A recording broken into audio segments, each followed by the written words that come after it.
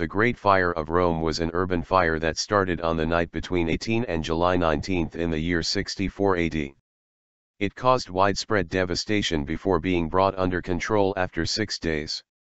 Differing accounts either blame Emperor Nero for initiating the fire or credit him with organizing measures to contain it and provide relief for refugees. The varying historical accounts of the event come from 3 secondary sources: Cassius Dio, Suetonius, and Tacitus. The primary accounts, which possibly included histories written by Fabius Rusticus, Cluvius, Rufus, and Pliny the Elder, did not survive. These primary accounts are described as contradictory and gross exaggerations. At least 5 separate stories circulated regarding Nero and the fire.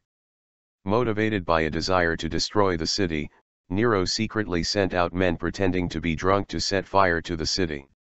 Nero watched from his palace on the Palatine Hill singing and playing the lyre. Motivated by an insane whim, Nero quite openly sent out men to set fire to the city. Nero watched from the Tower of Maecenas on the Esquiline Hill singing and playing the lyre. Nero sent out men to set fire to the city. Nero sang and played his lyre from a private stage. The fire was an accident. Nero was in Antium. The fire was caused by Christians. Outbreak and progress of fire. Tacitus describes the fire as beginning in shops where flammable goods were stored, in the region of the circus neighboring the Caelian and Palatine Hills of Rome. The night was a windy one and the flames rapidly spread along the full length of the circus. The fire expanded through an area of narrow, twisting streets and closely located apartment blocks. In this lower area of Rome there were no large buildings such as temples, or open areas of ground, to impede the conflagration.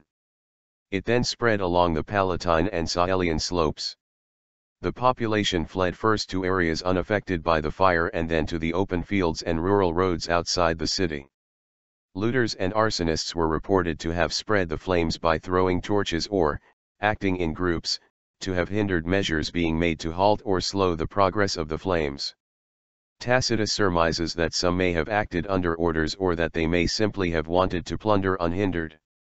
Later stages. According to Tacitus, Nero was away from Rome, in Antium, when the fire broke out. He returned to the city and took measures to bring in food supplies and open gardens and public buildings to accommodate refugees.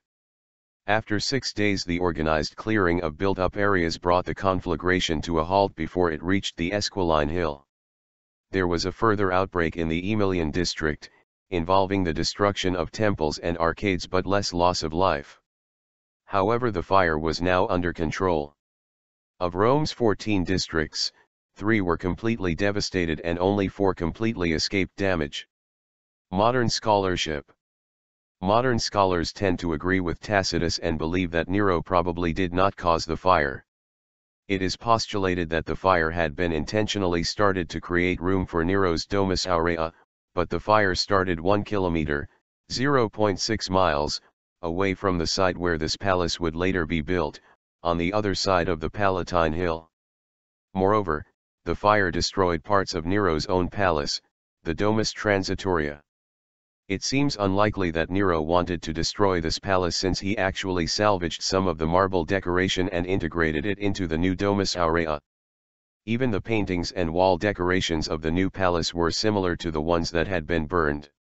Last, the fire started just 2 days after a full moon, a time that, it is presumed, would not have been chosen by arsonists who would not have wished to be observed.